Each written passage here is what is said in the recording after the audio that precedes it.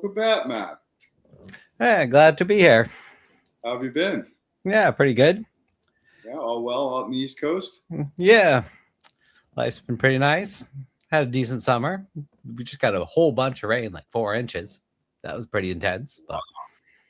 No flooding, though, right? But yeah, no flooding. I'm pretty safe where I am here. Some places aren't around this neck of the woods in Massachusetts, but I'm pretty close to the water, and the water flows around me pretty well. Nice. Can get right out to the ocean, so to speak. There you go. Well, what are we doing today, my friend? I'm looking forward to a safari. All right, yeah. So today, wanted to show off a couple of my new microscope things, and we were going to look at specifically a horizontal soil build that's indoor. It's in a 6x4 bed. Actually, if we want to just get right into that, I can.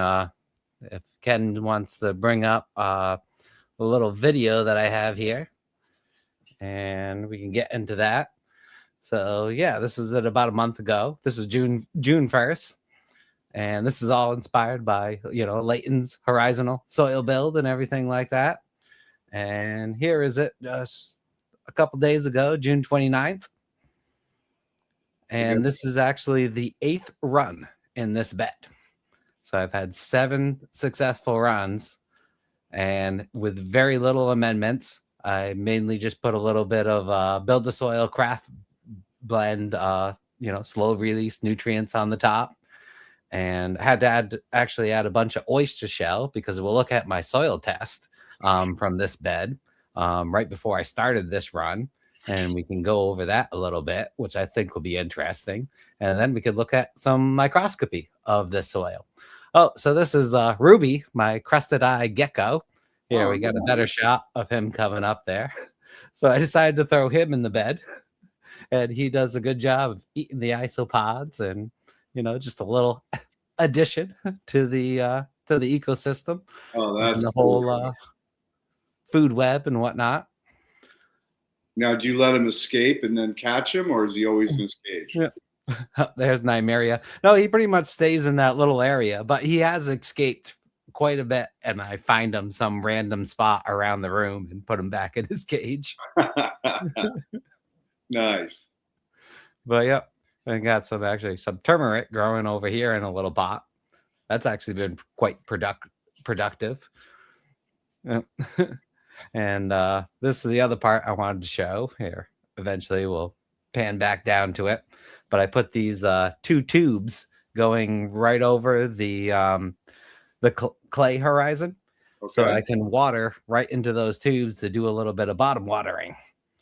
Nice. And that makes it much easier to keep the lower parts of the soil damp. Otherwise, I find it tough with a bed this size to keep water consistency throughout the bed indoors. So let me ask you this: do you have a pan underneath it, or no? You're just relying on the itself? It's rolling. It's on a plastic sheet with like 30 coaster wheels on it, so I could actually roll it around. Oh, nice. And there's holes drilled in the bottom, so if I ever overwater, it could just drain right out the bottom. Okay, so you're not relying on the sand layer as a reservoir or an aquifer. No, yeah, it can drain out the bottom, but I find it holds it pretty good because I put quite a bit of something clay in there. Yeah, sand is amazing as far as moisture storage. People don't realize it. It can drain, but it also can hold moisture. Yeah. So here's my soil test that I did. And this is a Haney soil test from Regen Labs, and going through for the pretty much all the levels that I went through. I was pretty happy with organic, the inorganic and nitrogen levels were all pretty decent. Total phosphorus and everything like that. Like look at the total P is like 85 parts per million. Like, can you zoom in, because it's really hard to see? Like maybe zoom in on half of it. Yeah, I can. How can I? So if I just go, there you go. Whoa. So now we can kind of So now I can read a little bit better. Yep. Yep. now going across with the NO3s only 10.4, but pH not 6.5, lacking any. nice. Buffering, Yeah. 6.7, soluble 3.5, So express line. Soil organic matter 34. That's beautiful. yeah, the amount of Up to 19 total at 28. Sweet. Extracts. Nice. Soil health. H2 extract. Carbon. Wow, that's looking good, dude. See the N ratios. Yeah. Have to add it all. Fucking almost 10. Yeah. As Cover far as crops, coming down to the this in grass or legumes in grass. legumes and grass was the recommended cover crops. Okay, But as far as looking at my my calcium and my cation balance, the main thing I found is my magnesium being 300 and calcium being 700. I'm way off that 7-1. So pretty much the one thing that I did as far as the soil sample, the first thing that I saw was let's add a bunch of oyster shell. Oh, that's good. I mean, it's really 7-2. The 1 is the potassium part. Yeah, So, because potassium and that's part of the cations too, the potassium and the sodium. So considering they're decently, high for the amount of potassium and sodium. Magnesium, decent iron. Copper's a little low. You might want to try to get a copper sulfate. It has a lot to do with internal plant processes, but just adding a little bit of copper can really strengthen the plant itself. Yeah, I like carbon to nitrogen ratio, so almost a 10. pH perfect 6.5. Haven't done anything to change or modify that. Just let the biology do it. And yeah. No, I think you're in a good, happy place. Mm-hmm. Oh, there's the seed head ratio. Yeah, that's nice. Now I'm getting ready. Here's the soil before I after it settled. If you can see, look at that big head of organic matter floating on the top. And lift it up a little. Yeah, that's nice. That's a great and clear as can be after just settling for 5-10 minutes or so. So, those plants are so healthy from the biology because there's not much, of that water soluble nutrients in there that would turn the water all brown and not settle out. Yep. No, it's not a good source of humic acid because the humic acid is being consumed by the biology. That's what actually makes clean water. Is the biology grabs that humic right out of suspension and puts it in their body. I mean, there's a really cool video at Rodale where they show 4 different soil samples or types in a plastic bottle, and they pour 10 mils of water into each one. And the one that was grown is pure organic matter and organic and regenerative farm. They didn't use the word regenerative back then. The water comes out crystal clear, and there's very little of it. And then when you go into the conventional ag system, the entire 10 mils comes through and it's cloudy. So the biology has a direct effect on cleaning water and stripping it of everything from metals to carbon to humic acid. All right. So I'm preparing the slide. And this is soil sample from the garden bed? Yep, from that bed that we just looked at, for that indoor bed.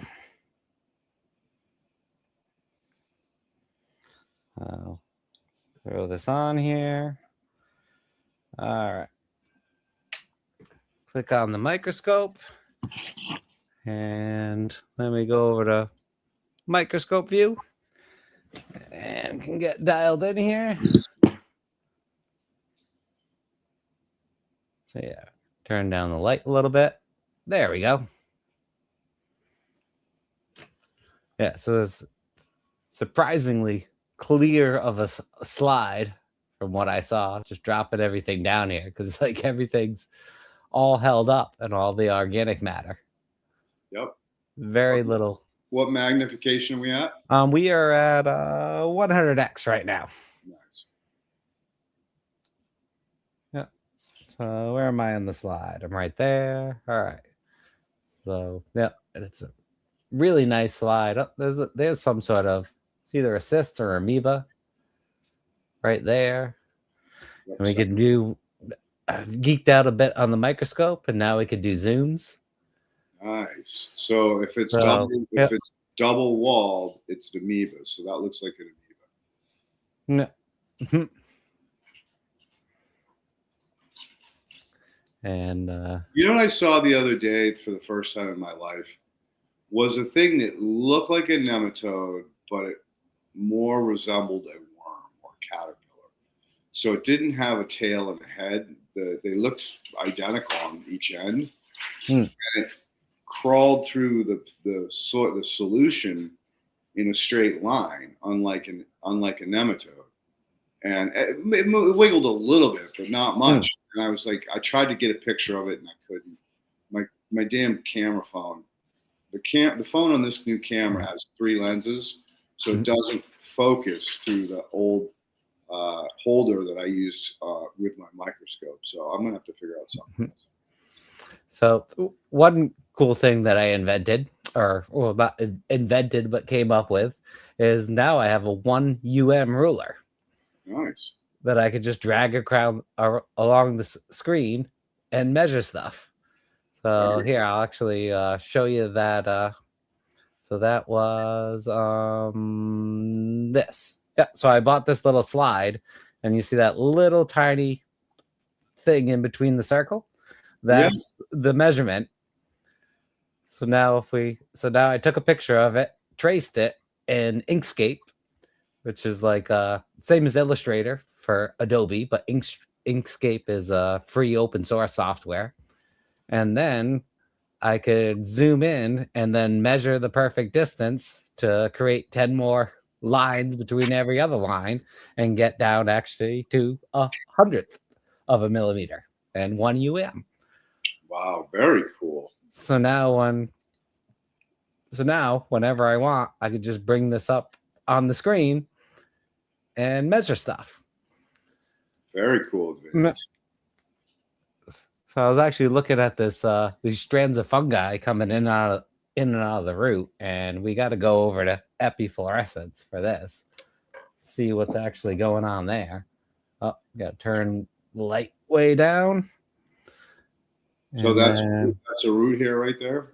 Yeah, that looks like a piece of fungi along the root, but it's a root hair right in the middle. So let's see if I can get this fully dialed in here. If I turn, that's the backlight all the way off. We're pretty bright. Let me just adjust my camera settings a little bit here.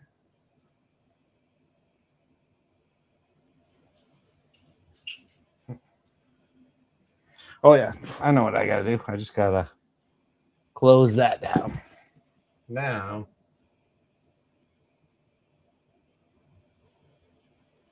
we'll bring that up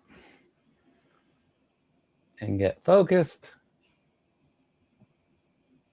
Yeah, so now we're actually looking at the root. Looks like you have an infection site. Up at right there when we saw that, and you can kind of see it wrapping around. We actually even zoom in a little bit closer there, right on 4x. So the interesting new latest findings on mycorrhizae was they have a microscope that they can film in situ for up to 50 hours, which was incredibly powerful. I mean, we've never been able to do anything like that. Wow. And they could record it and film it. And so what they learned was some of these mycorrhizae would only be around for a couple hours, and then they would basically die off, and they'd leave come out of the infection site, and the infection site would heal, while others would continue to trade and work with other plants around them for up to we don't know. It was beyond 50 years. So very, very cool new understanding that mycorrhizae has different levels of survival rates, and we don't know whether that's just an evolutionary thing or maybe it's a shift in the biological community. But it'll be the next thing to start focusing on to understand it. Because before this, we never knew that some of these species died really quickly, and others lasted for hours, days. Yeah. I was just seeing I just saw a new study that they did on mycorrhizal or just endophytic fungi, and their calculations for worldwide is, and if you stretched it out, it comes to be like solar distances, and they're estimating 10 trillion solar distances, a quarter of the size of the Milky Way if you stretched out all the endophytic fungi into one single strand. I thought that was. And I bet you the mycorrhizae, the VAM, is even further. Yeah. It's hard to even fathom. Like, I thought it would wrap the world maybe, 10 trillion times, but not trillions of light years out.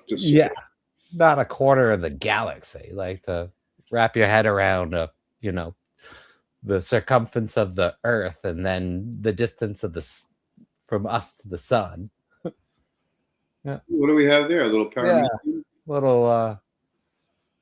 Little ciliate rolling around in there. One of the little spirally guys.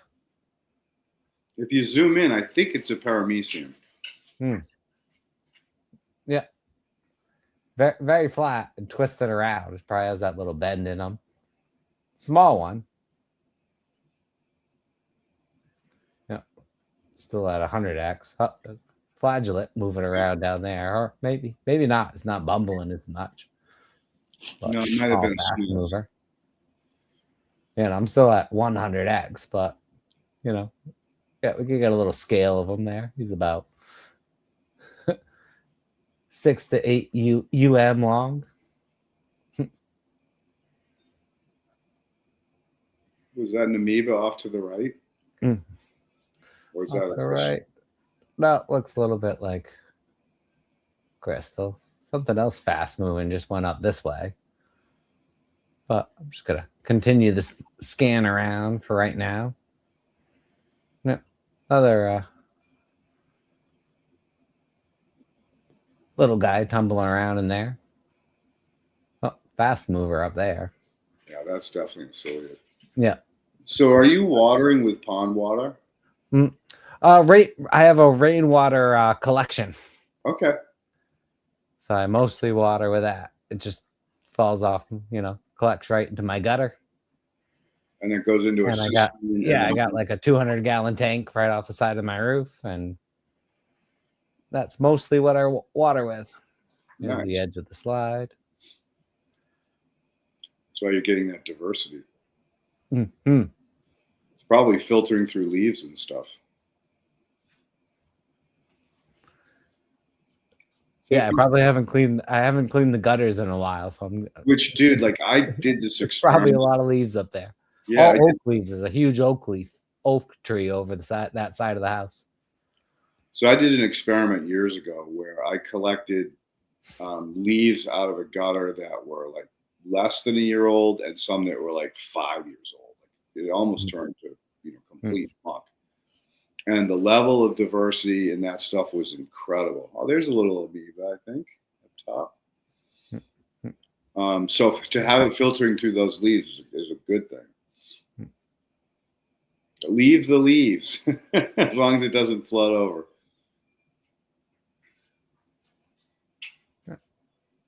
Little amoeba, we'll probably find another small one right there in the middle.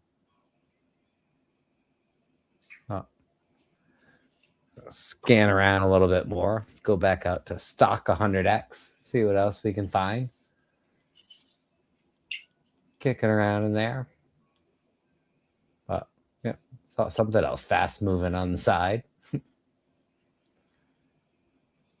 Now, little piece of fungi. Was this sample from the organic matter? So on the top?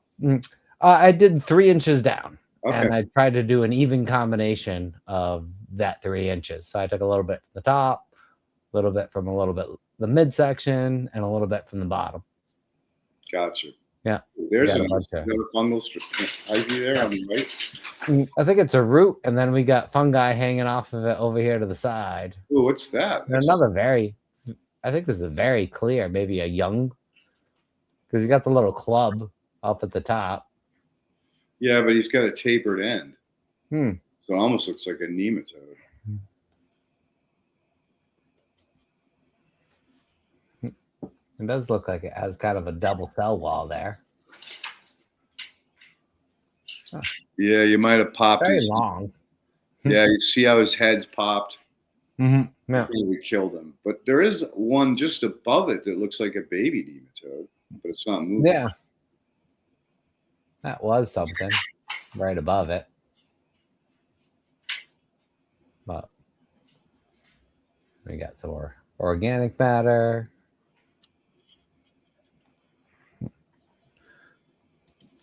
Go back out a little bit farther, see what else we could find. But it's weird how the soil is, how it's advanced. It's a lot of big chunks. It's hard to get a busy slide. It's all very clear. Well, there's a nice piece of fungal hyphae. Zoom in on that. Yeah, and it's like a lot of the fungal hyphae that I was seeing and counting before was probably mostly just the saprophytic fungi. Yep. And that will like increase depending on what mulch I use on the surface, and then kind of decrease when all that food goes around. But then I'll see very little fungi in an actual soil sample, and then I'll look at a piece of a root and see all sorts of, with the epifluorescence, all sorts of endophytic fungi still in the roots. So it's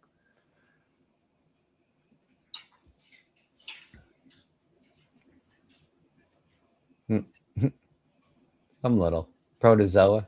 What is that right in the moving that around? No. Is that a cyst or?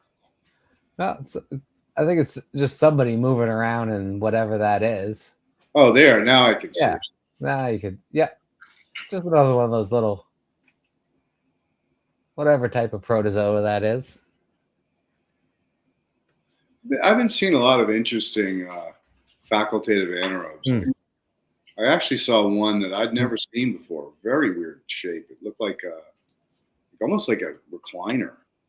And the way it would move is it would fold the back part where you'd sit down toward the seat, and that would propel it. Really bizarre. See if we get a good look at whatever this one is. Hiding over there. He was just spinning around on a piece of something. Yeah, not a little ciliate. It's actually acting more like a facultative. Yeah. It's just zoom. This guy's actually mining stuff off the circles. Probably one of those ones that has like kind of like 3 cilia sticking out of his mouth. Yeah.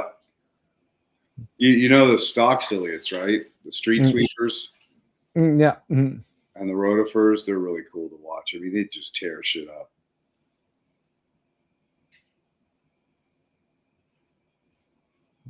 More fungi. Where are we on the slide? Right here. Still doing our, just kind of mowing the lawn, as they say, for the 100x sweep. Yeah. Other little, that one's definitely bumbling around like a flagellate. Let's see.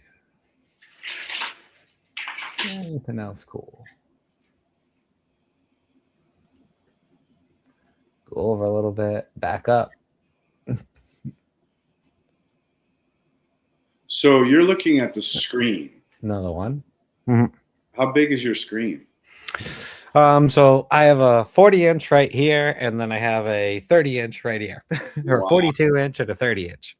Nice. That's why you're able to see shit that I can't see. Yeah. So a lot of times I'm like, oh, look at that, and I'm like, wait, I gotta zoom in a lot more for everybody else to see what's going on. There's another blown up nematode. Yeah. Another blown up looking nematode. Zoom in a little bit on him. Yeah, you see how that head just exploded? And if you look, there's still a little bit of food in his stomach. Mm-hmm. So that would definitely qualify as a nematode.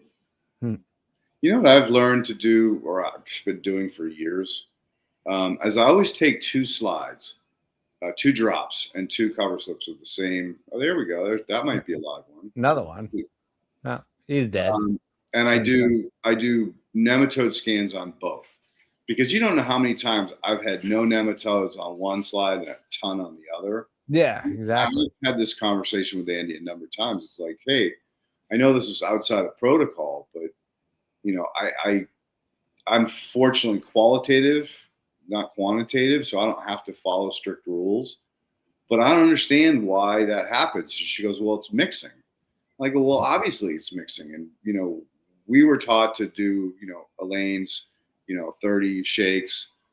And then this other gentleman that I worked with, Michael, he would actually do the shakes, then take the cap off and squish the water in and out with a pipette and stir everything up.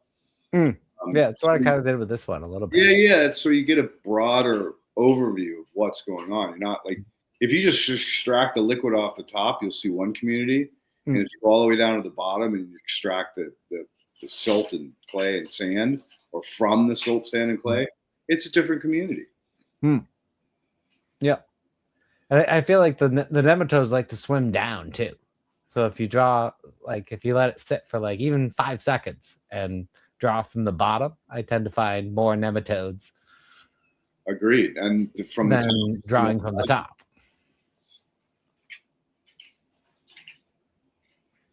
Yeah, it's a real quandary. Like, you know, we're only getting 1 drop of potentially, you know, acres of soil. And now we're required to kind of direct our client, like, okay, this is what you should do based on this tiny, tiny snapshot of the overall picture.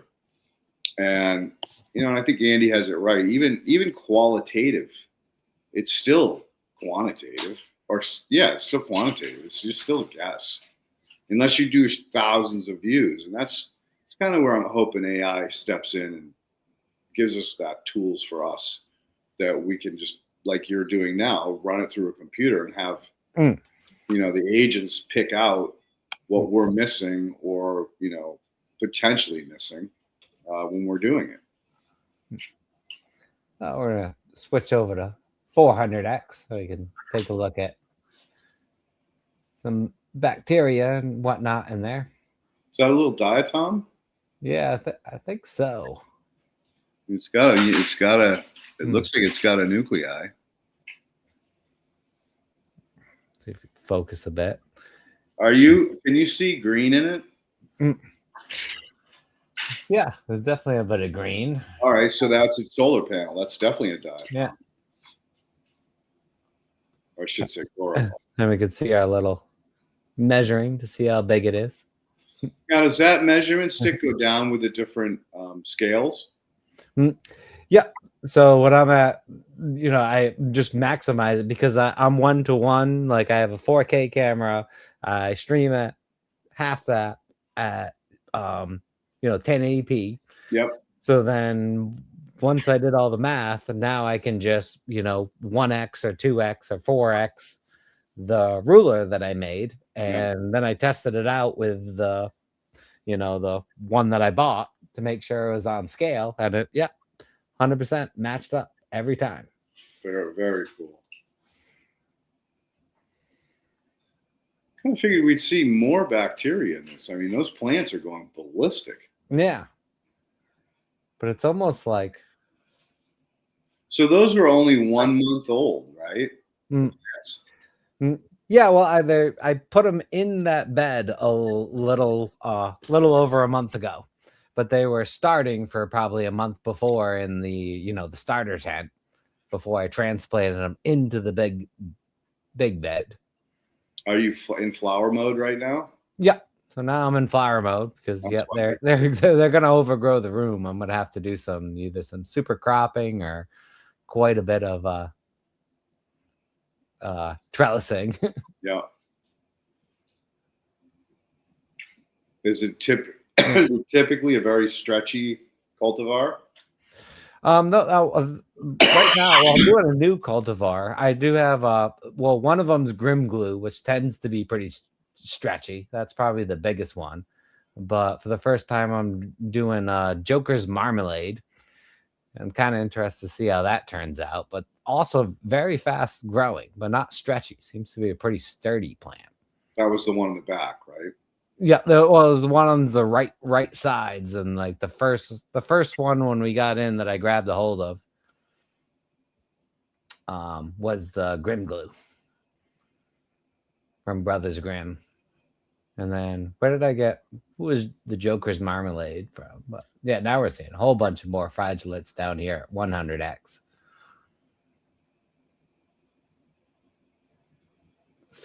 Cruising around. And then big guy just came up. Yeah, so those are the big protozoa that we were seeing before, but they're out of focus now since we're in that 400x. No, there's a little amoeba. Where I can't. Yeah, testate amoeba. Yeah, I could zoom in on. Oh, there it is. Got it. Center screen. Yeah, 2x. Nice healthy one. Open mouth. Yeah, big open mouth. He's got the Pac-Man ghost thing going on. Yeah, we can even go in at 400x. If I could just, there we go. And then maybe a little bit more focus. Yeah, tough to focus. Yeah, no, it is. This deep in. That magnification is tricky. Yeah, because now I'm at 4x, 400x. So we'll go back out to regular 400x. Slide's starting to dry out on Yeah, is that just a slide drying? Yeah. Weird that's moving. I thought it might be somebody carrying that on. I was going to say, it'd have to be a monster flagellate dragged out. Yeah, it would have to be a big old silly or something to be dragging that around. But yeah, when you get in close, it's amazing how much small, fast life is in this bed. It's later years. Like at first, I saw more saprophytic fungi and stuff like that, and very little flagellates. And now it's sort of evolved to the point where it's a whole lot of these fast-moving little tiny flagellates, and not much saprophytes. But when I look at a root, I got tons of fungi in the root. So, still, to answer your question, nematodes swim down when you stop shaking the vial. So the kind of concept is understanding that nematodes are like a water balloon. So they're very easy to move in the water column up or down. And generally, when you stop shaking, they like to swim down into the organic matter.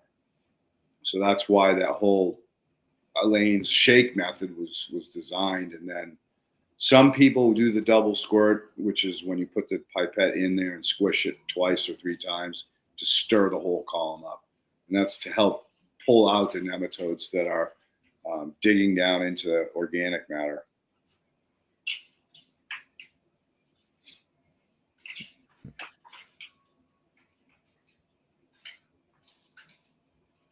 That looks like a sap. Yeah. Oh, a little piece of fungi.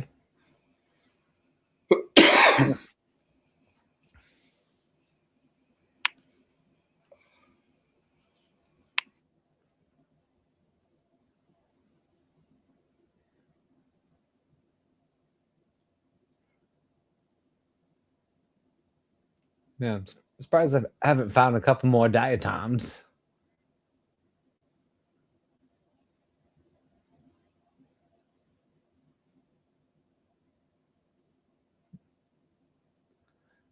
Just kind of randomly skimming around.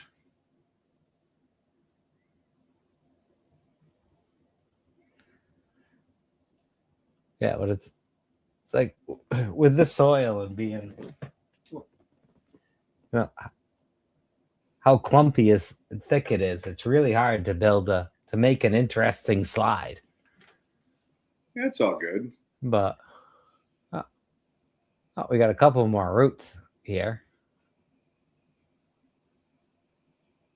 Yeah, if you want to kick it back to epiphorescent, we can check them out. Yeah.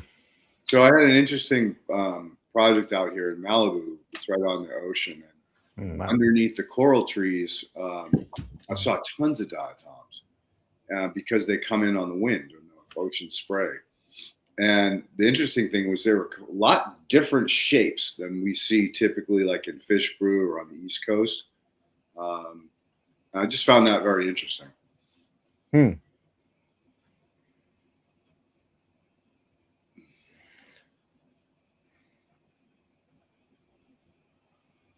hard to get a good focus on things with.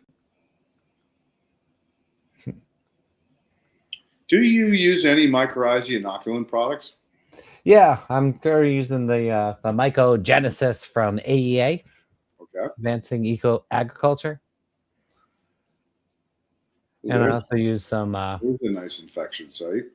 Yeah. Should have grabbed a couple of bigger roots to throw on the side. We got plenty of time. That's a little tiny root. You ever heard of border cells on the roots tips? Yeah, a little tiny. And then a couple of times I've always wanted to see get a fresh root tip and then put some water in, then actually see bacteria, swimming in and out of there. Like if I could get in this close to this is a good example about how close I can get to a root tip. But it'd be interesting to see them actually. I don't think you can see the endophytes. I think that they're so small that, and they're probably very clear because they lost their outer shell, and they don't form a new shell till they get outside. But the other thing I was talking about are border cells. So border cells look like the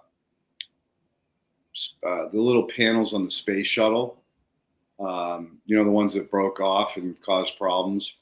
Well, border cells actually shoot off when the root tip hits an anaerobic zone. The first thing it does is it sheds all its border cells and pulls back, and the border cells go out and act like a barrier between the anaerobes and the actual root tip, because that's the most sensitive part of the plant is that root tip. It's fresh, brand new, and susceptible to all kinds of bad things. Ooh, that's a green little cool green. Yeah, whatever that is glowing very bright. So anyway, the border shells act as the first line of defense when a root runs into something that it doesn't want to be in. And there's some videos on it, on some different science channels, but it literally looks like an explosion. Like it just blows all these little shields off the tip to try to protect itself, and then recoils on itself. Very interesting plant reaction.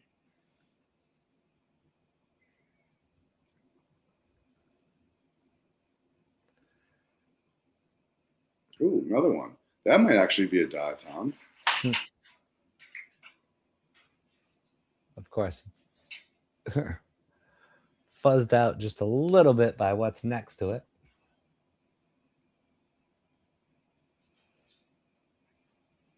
Yeah, that's about the best focus I can get on it.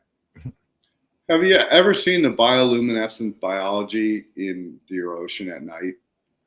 Oh yeah, it's wild here in the river, especially when the water gets warm. Yep. There's times that I've seen some video of when it glows blue, but here it glows green. So you'll jump in and it'll just be whole water. If you do a cannonball, will just blow up with a huge ball of green. That's cool. And then, for the back of the boat, like the waves are almost just too green, like streak coming out. Yeah, I was very blessed back in, God, it must have been in the 90s. No, it would have been 2000, early 2012. I got to go down to an island called Vieques, which is off the southern coast of Puerto Rico. And they had the most active bio bay pretty much on the planet. And they would take you out in pontoon boats, you could go out in kayaks. And they actually at that point let you swim. And you looked like an angel. Like my took pictures of it. You'd swim and you'd see these like, angel wings coming off of you. It was really freaking cool.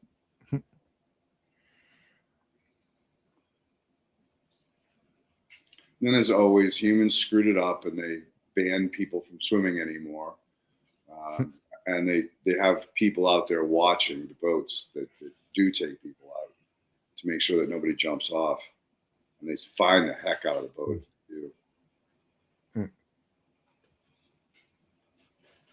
Yeah, bow tie life. You can see videos on that. Just search Vieques bioluminescent bay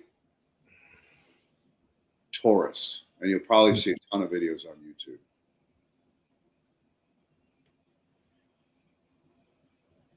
Now, the crazy part is what they didn't realize until this accident happened was that's a breeding ground for some of the most dangerous sharks on the planet. It's right next to, it's within a mile of the giant trench off the southern part of Vieques. Water drops thousands of feet out there. So these big sharks, tiger sharks, bull sharks, they come in there and they leave their egg casings behind and then swim back out to the deep. And so this one particular case, there was a woman who was bleeding and she got attacked by one of the females that were laying her eggs. And unfortunately, she died on the way to the hospital. And that's when they shut the whole thing down for a couple of years.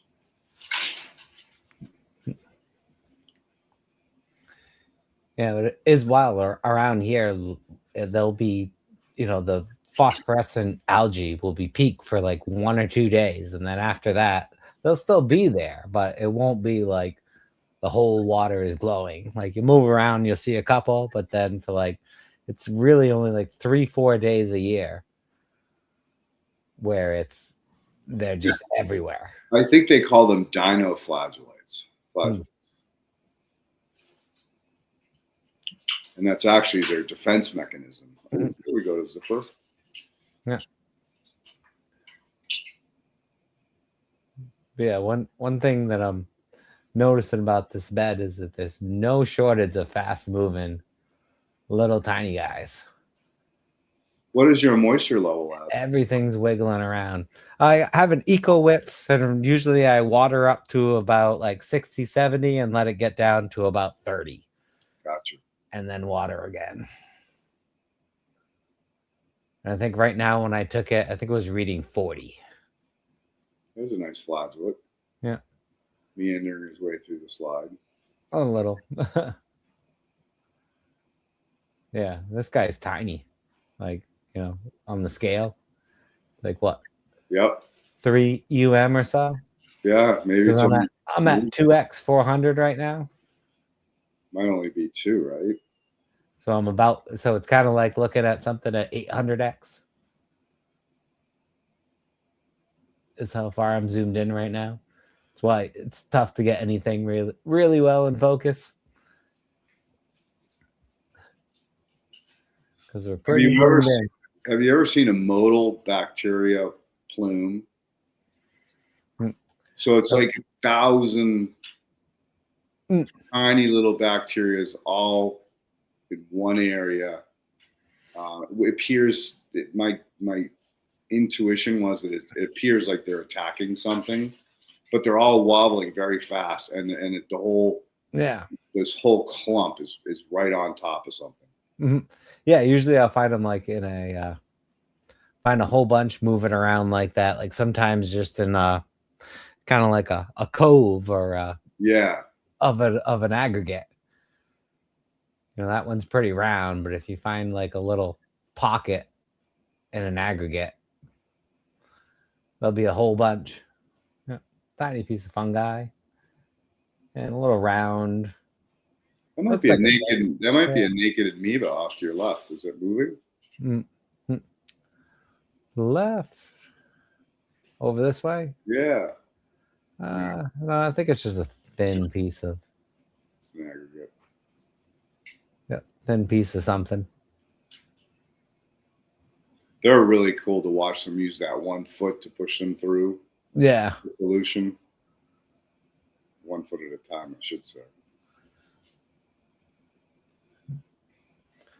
It's more small fungi.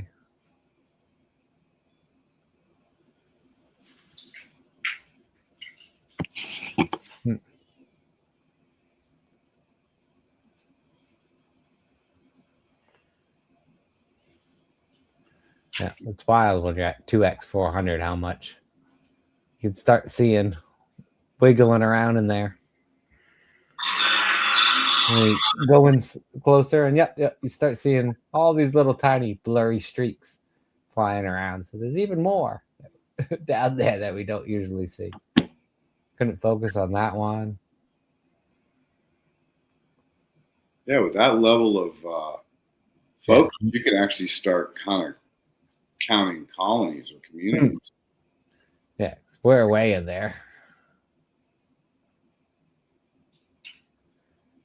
Kind of I can't wait until this might be a little. I can't quite tell, but that's a little cluster of bacteria of sorts. Yep. On whatever small little piece that is. Those are the modal bacteria. Yeah. Yeah. Definitely a lot of motion when you get in this deep. A lot of stuff that you don't see at regular 400 or whatnot. And then when you go to 1000x, remember you're now shrinking your focal plane down to like a super thin shred. That's so a lot of these fast moving things you want to be able to see. Well, we're technically have even though we're at 400x and just digitally zooming, and it's not. Yeah, you don't have to have the oil immersion lens. Yeah, we don't have to have the oil immersion, but we're still seeing a much thicker slice of the plane. Yep. Because of the focus. It really gives you a cool idea of just how much is going on. You got to be like down there. 1200x. Yeah, pretty much. Now we'll go back to 2x. So now, being my camera being 4K and us being in 1080p right now it's pretty much 1-to-1 pixel at 2x. So like 800x with a 400x objective would be the equivalent size of the image that you're looking at, depending on your screen. But it's pretty cool that we can get. I'm kind of excited for when 8K cameras come out, because then I can have a 1080p image with a 400x objective all the way at 4x. So then we're gonna have an even better resolution. You're talking about going subatomic particles on me. Yeah. Not sure if we could do that with light. I'm teasing, but you could definitely probably see oreganellos in the bacteria themselves. But you could definitely do. I like what digital microscopy brings. Digital microscopy brings, because you can go a little bit farther and see a little bit more. But there's still the limitations of light. Yeah. Which, no matter, even if you had a 12K camera, you're not gonna really improve on that. I think I was already over this way. Yeah. Oh, there's some cool colors.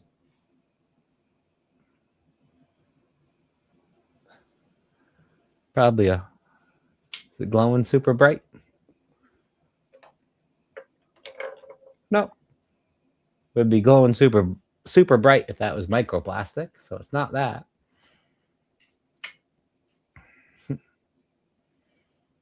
Interesting little strand.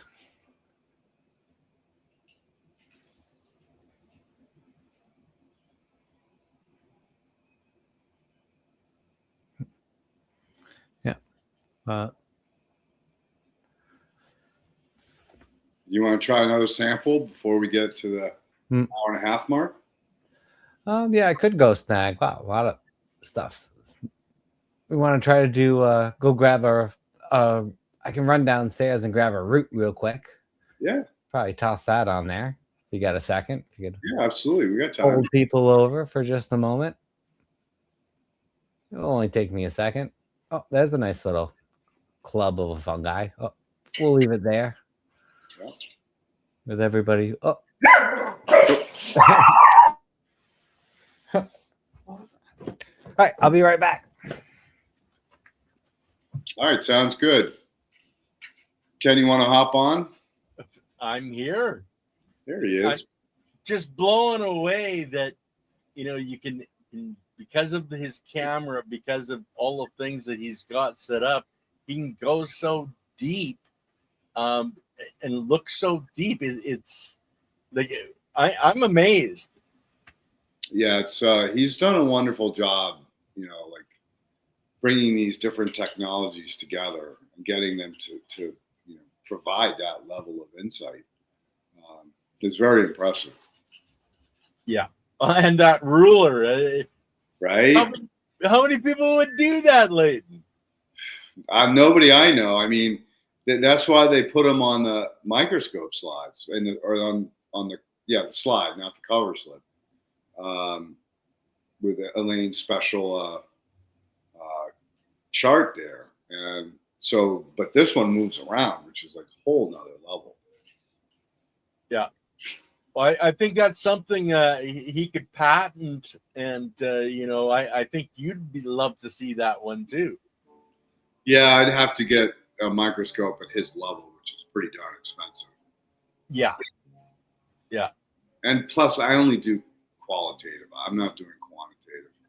And it's only for me. Like if I need qualitative, I'll send it off to, or quantitative, I'll send it off to Andy, have her run the full counts. Yeah. But I'm more looking, just kind of get an overview of what's going on. That's another reason why I do 2 cover slips per slide. So I'm getting a better average of what's going on. But dude, when they release AI that can like scan the entire slide and come back and tell you, all right, this is what we found, that's going to be next level. I mean, talk about a diagnostic tool. Oh. Well, and I'm sure it'll be able to quickly flash through all of the levels, in a microsecond from, 2x to 4x to 8x, etc. And then you'll be able to pull it up on your monitor and you'll be able to see it and go, wow. Yep. And that's the other thing that people don't understand is that between the cover slip, the bottom of the cover slip at the top of the slide should be considered like a 4-story building. So at the bottom, you have the basement. At the top, you have the attic. But there's different organisms on different levels that generally hang out on those floors. So that's why when you ever see like Elaine doing it, she's constantly doing this with the fine focus. Yeah. But AI would do that automatically. And you imagine coupling that with the agent Craig has created with all the different testing results. Because that's not something we can do now. We can feed in Andy's report, but it's not going to, it's only a grainy at best overview. Whereas if you could do the whole slide and feed that in, oh my God. Yeah. Really give you some insights. Well, I think we're getting so close to being able to see what we've never seen before. It's like Star Trek, right? Go where no man has ever gone before. Right. Okay, well, I'll jump back off and you guys can continue on. See if I get this dialed in here. Turn off the backlight completely. Do a little bit of focus. And there we are. I almost need to turn down the brightness even a little bit more. Yeah. So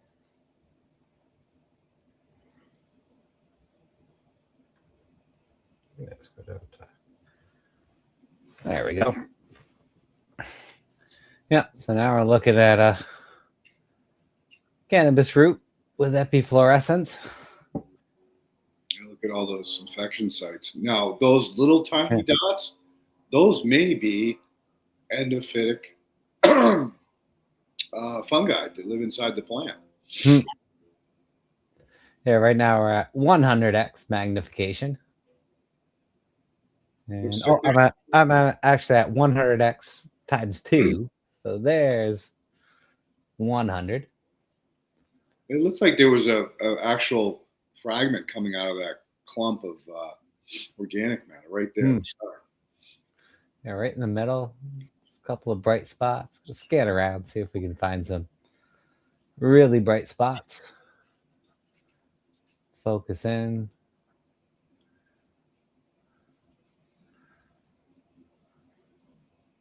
No, it's. Oh, there you go. What's that? Yeah, we're moving up to. Oh, that's got to be some.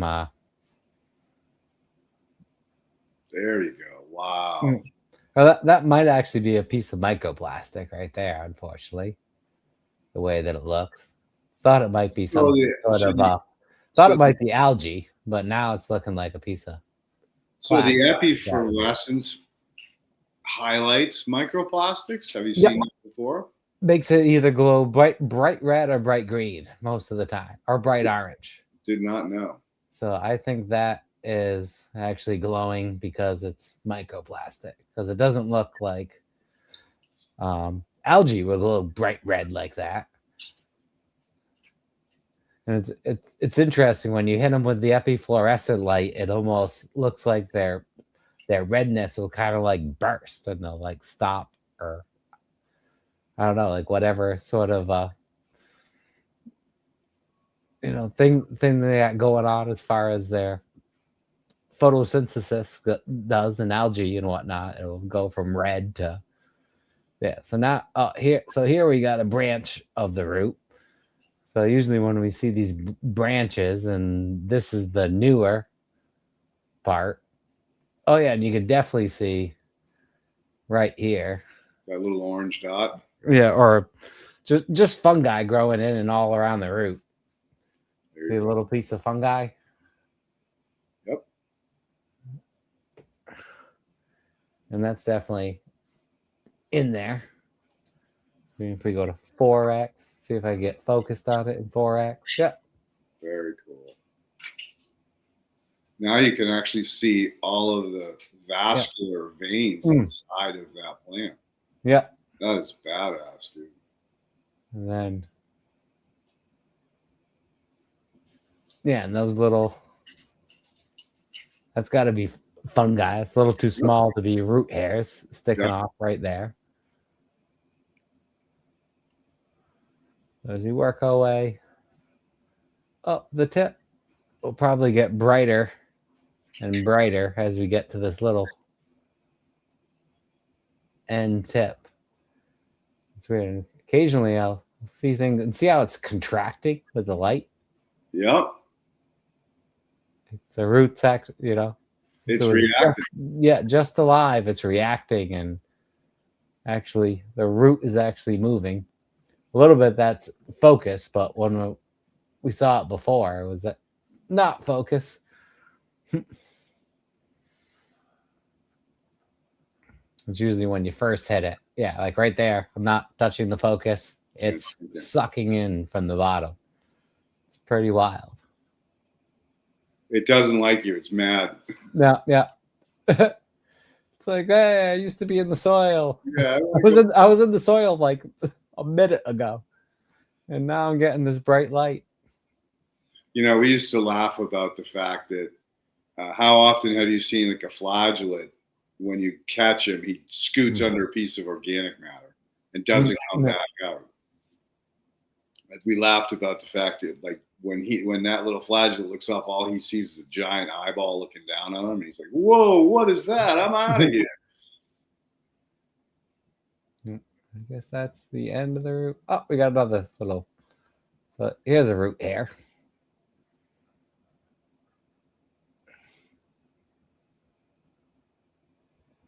What's right up there at the tip? Yeah, a couple of times right here at the tip, I've seen some motion. Yeah, some interesting stuff. And some things going on there, but it's tough to catch.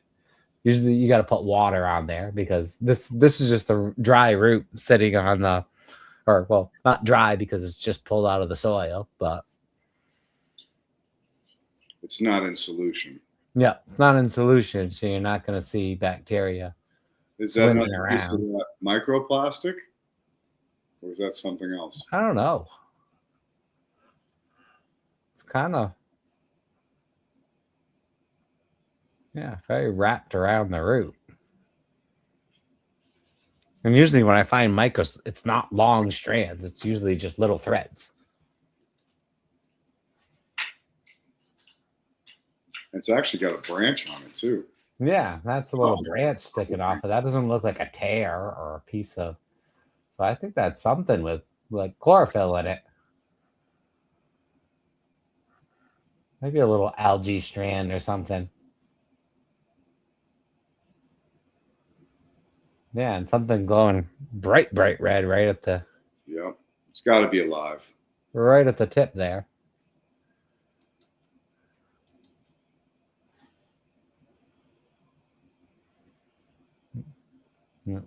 Other than that, let's follow. Oh, and here's the very end of the route. Oh, what's that? That looks interesting. Zoom in on that a little bit. Oh, no, I think that's just a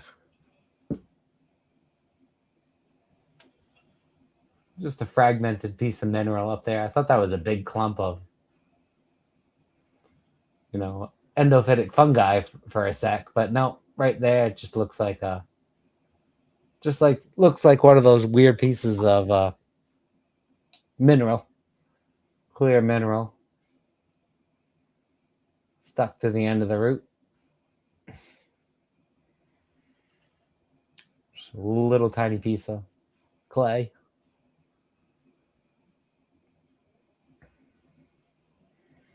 Look at whatever this orange thing is growing over here. Seems to be just growing on the surface. Maybe it's a yeast. Yeah.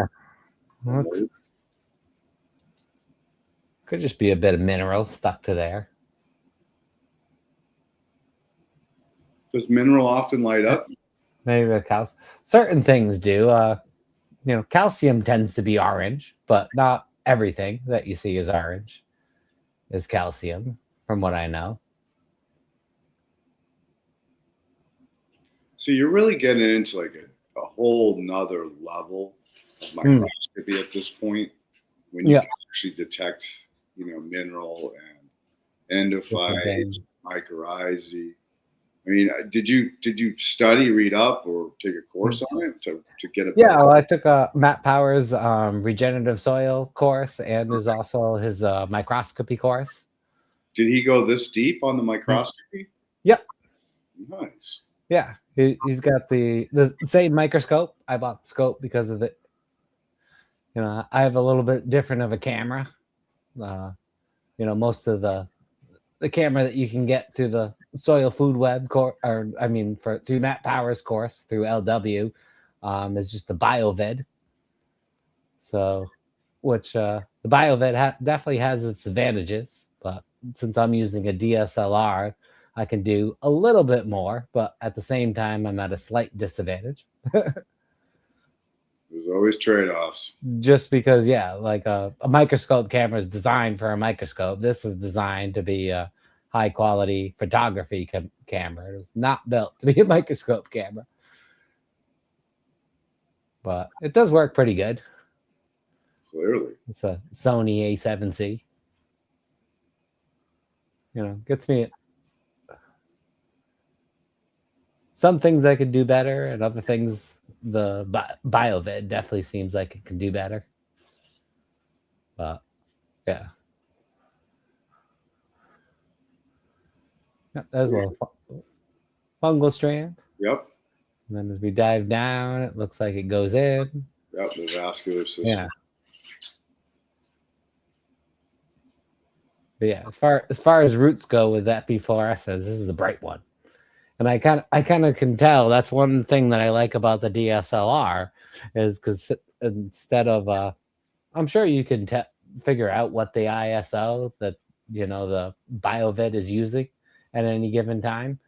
But this one, I could just set it right here. So if I know if I'm at a certain ISO, which is the sensitivity of the sensor, and it's bright enough for me to see it like this, now I can judge, how much phosphorus and nutrients are in that particular root by pretty much how bright it's glowing. Mm-hmm.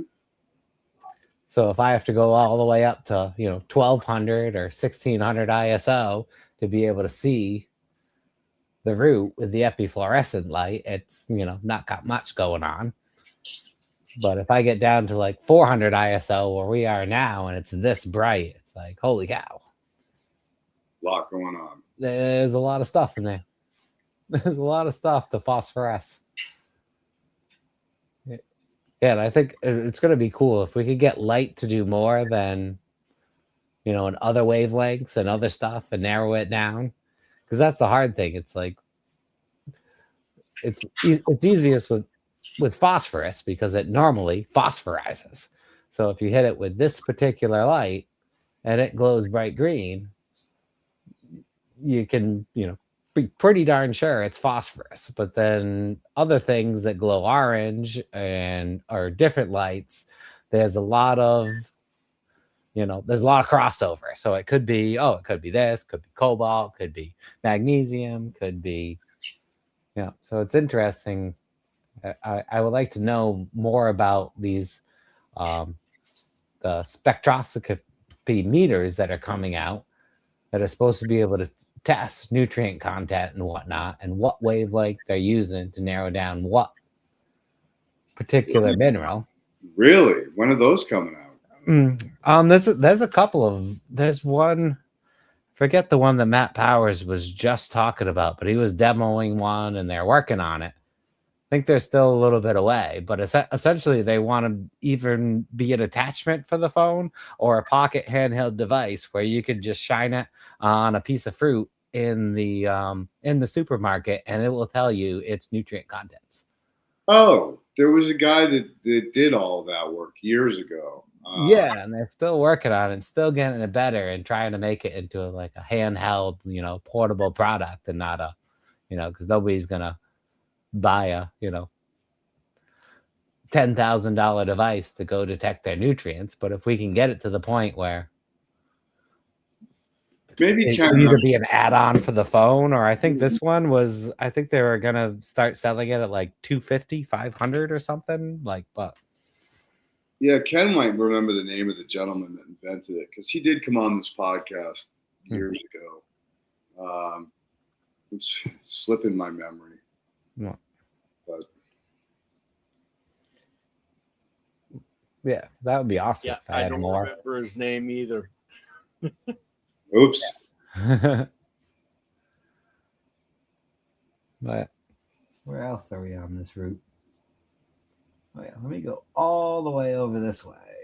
Did we look at this part of the route? This is actually the very tip in the end of it. Oh, did I go too far?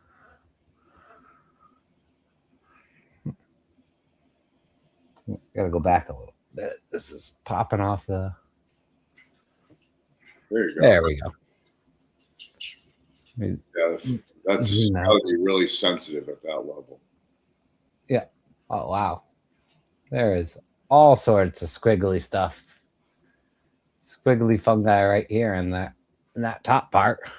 Zoom in on the tip of that. Looks like it's clubbing. Yeah.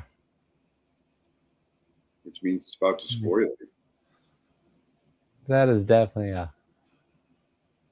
cluster of fungi in there. And everything's so bright. It's even hard to make out. Like sometimes, like when you go in to right here, you could really make out all the cells of the plant. Like everything's like all those square lines, kind of right in the middle, are all going to be the plant cells. Even if I turn down the ISO a little bit more, get a little bit darker. There's not as much glow. But yeah, there's so much going on and so many strands. Like up over here, you can kind of see all the square. Yeah. Like normally, yeah, you see all these square pieces, but there's so much other stuff going on in there, which I'm pretty sure is all endophytic fungi that you can't even make out the squares of the plant. Yeah, it's definitely a healthy root. Some roots are just like, it's just perfect squares, kind of like right over here. Like we could see a nice, like there's right here at the top, there's two nice rectangles there and kind of a rectangle above it. But there you go. Yeah, some more rectangles. Those are just the cell walls of the plant, and the calcium kind of glows orange, slightly green. But yeah. And now we're getting to the point where the tip of the root is curving off the scale, so I got to do a whole lot of adjustment. Oh, but wow, yeah, look how bright green this bottom is. And there's where the root snapped where I pulled it out. Didn't quite get the full tip. That's all right. Yeah, it's tough to do. The roots are, and you'll never really get the full tip. No, because let's face it, it's always gonna snap. It'll get super fine. It's going to be wrapped around organic matter, so no matter what you do, you're never going to extract it. Yeah. That's why they do wet extractions when they really want to find out. And even the wet extractions aren't 100%. The tip is very fragile. Yeah.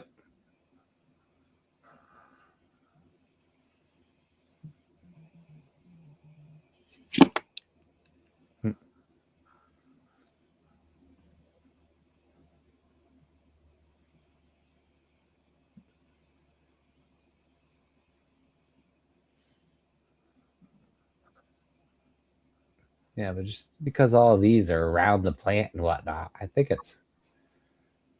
might be some kind of algae. It looks like there's a septi there.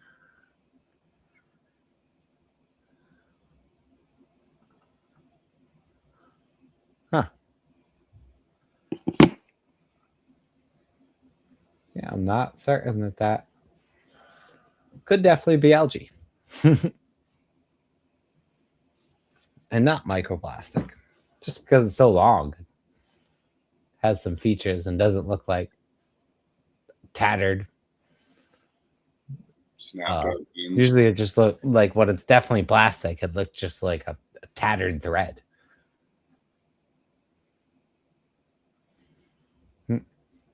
Yeah. Oh yeah. Yeah. Well, there's a good look at a root. Yeah, we got any questions?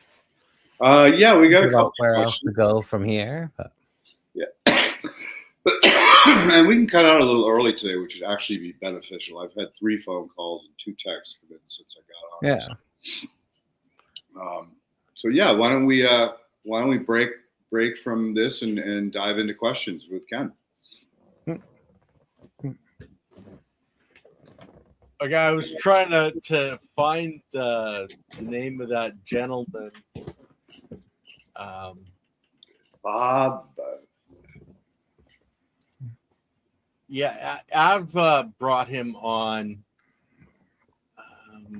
I met him at a conference back in forever ago. Dr. Lane was speaking in Worcester, and I lived in Mass. So I wanted to go out and see her. And Dan Kittredge. Dan Kittredge, that's the name. Yep. Now he kind of handed off the torch to a group of people. I don't know. Yeah, I think so. I'm pretty sure they are. Or I think they're still going. I think that. No, the company is definitely going. I mean, people are screaming for it. Yeah. But he was going through some times, and I don't know whether he just stepped back temporarily or basically handed the torch off. But it might be interesting to try to get him back on again to see where it's at. Okay, so let's go with our questions. Why don't soil testing companies require a water sample as well? The two go hand in hand, but we don't seem to be testing them together. Just seems weird. Well, it's a valid point. I mean, I do request water tests from my clients. Sometimes they're apprehensive, or because it's a little bit more expensive than the cheap ones that they can get from the guys that want to sell them water filters. But recently I stumbled onto New Age Ag, and they were really fair. I mean, they were like 70, maybe $80 for the test. So I generally do request it, especially out here in California, because the water quality is just so hard out here. It's New England, you have a much more balanced and often regional differences, but just up and down the East Coast or West Coast out here, I'm seeing it's always just very, very hard and alkaline. But that's a great question. And yeah, it should be part of part of the standard, because when you're trying to treat the soil chemistry, which is the only limitation to the biology, and then you spray it with a bunch of hard water, it's got chlorine and fluoride and all this other shit in it. It can definitely affect, especially long-term soil health. So great question. For instance, when we were looking at the test, you mentioned that copper was a little low. I happen to know that I have virtually no copper for some reason in my water. I'm high in iron in my water, but there's basically no copper. So, yeah, and copper ions are super important at these intercellular interactions and reactions. So you don't want the sulfur that uses a pesticide, or excuse me, the copper that gets copper sulfite. You want to try to get the mineral, or maybe it is copper sulfate that is the right mineral. I had to find some for a client, except for I don't remember what I did with the information. No, I was just in the hardware store, and I was walking by trying to find some isopropylene, and I saw a copper fungicide, and I'm like, what the copper fungicide? And I'm like, yeah, well, copper can I could see it working, but what is it? Right. So again, you're looking for the pure mineral form that you need to mix with water and soil drenching, so you get it down in the profile. Okay, well, our next question is: I'd like the epifluorescent option. Is it an attachment? Yes, it is. It's just a box that goes between the head of the microscope and the top of the microscope, in between the camera and the objectives. I'm not sure how compatible it is with other microscopes, because it's an LW scientific microscope thing, and it's set up to bolt right on. But have to look to see if it was compatible with other microscopes. But I don't see why not. And from what I've seen, the different attachments are pretty basic and pretty standard across different microscopes. Cool. And LW Scientific will tell you, if you tell them your microscope and be like, hey, will this fit on it? They'll probably get right back to you and say, hey, yes or no. And you can always cheap out and get a UV light, black light, and use a regular microscope, but it's never going to be as clear and brilliant as what he's got there. Yeah, a little bit different wavelength, slightly off. But And then our final question from Farmer Cheryl: is the turmeric growing in the horizontal layers in the shallow container? I didn't build it quite as good as I did the big bed, but yes, I did put clay and some pebbles and a little silt from the creek bed, just the freshwater creek bed that goes by. Grabbed a little silt from there. Yep, and I did throw because I built them at the same time. So I did throw a little extra stone, clay, and whatnot, and then put my soil on top of that.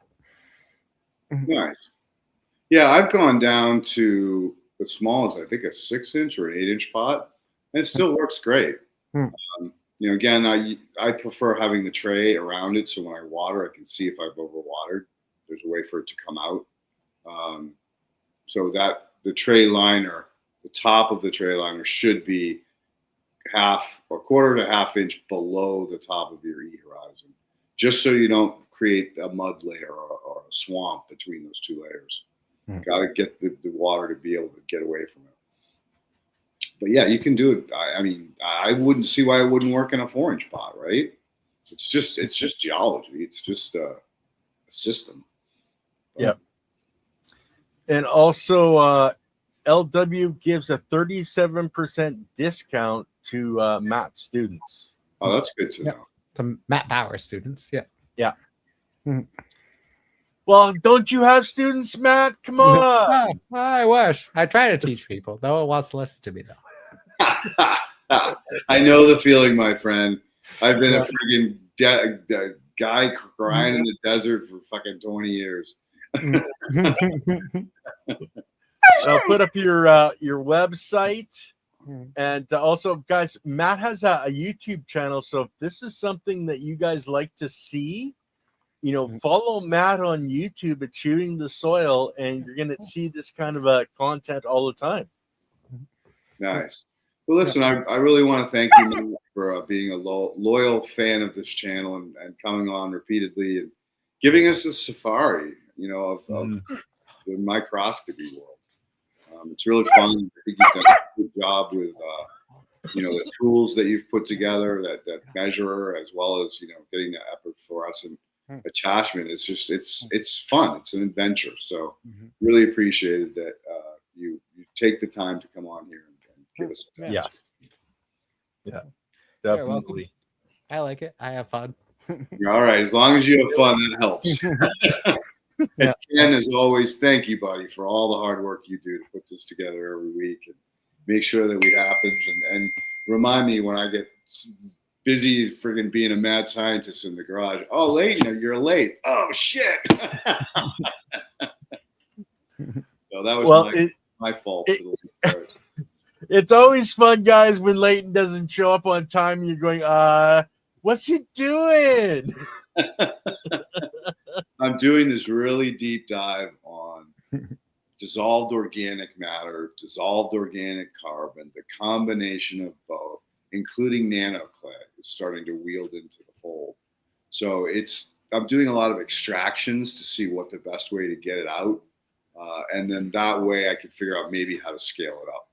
Because one of the big things that is missing in a depleted or suffering soil system is just that pure dissolved organic matter, or that dissolved organic carbon, because that really gives all of the biology in the soil the ability to just suck it up and breed or divide. So you really want to build something back fast. You want to give them, a really good steak dinner, with some mashed potatoes and some broccoli. Like Matt, you had 24% organic material? Yeah, it was up there. Yeah. Yeah, that's amazing. Over the last couple of years, getting up there. Yeah, and a CEC of 10. I mean, that's dynamite. With the biochar and everything, and every time I look at a little piece of biochar from the soil, if I find one in there, it's like a city compared to everything else. It's like, that's where all the microbes go. Well, hey, it's a party, man. You guys want to see an image? If you check out the thumbnail for this video, surrounding Matt's image is an image of biochar. Very cool. Yeah. Okay, well, I think we'll end it there, guys. And Leighton, you can go back to being your mad scientist. I'd like to see the Einstein, eyebrows, though. They only grow when they want to grow. Actually, the problem I have, dude, is they curl down and stick in my eyeballs. Oh, talk about driving you nuts, because you're like, you brush it away and it just snaps right back in again. So I tend to keep them somewhat trimmed when they start sticking me in the eyeball. Well, Lily is my biggest nemesis for my going that way because she comes with scissors and starts trimming them. Okay, everybody, have a great day, and we will see you on Wednesday with me and Andy Lopez.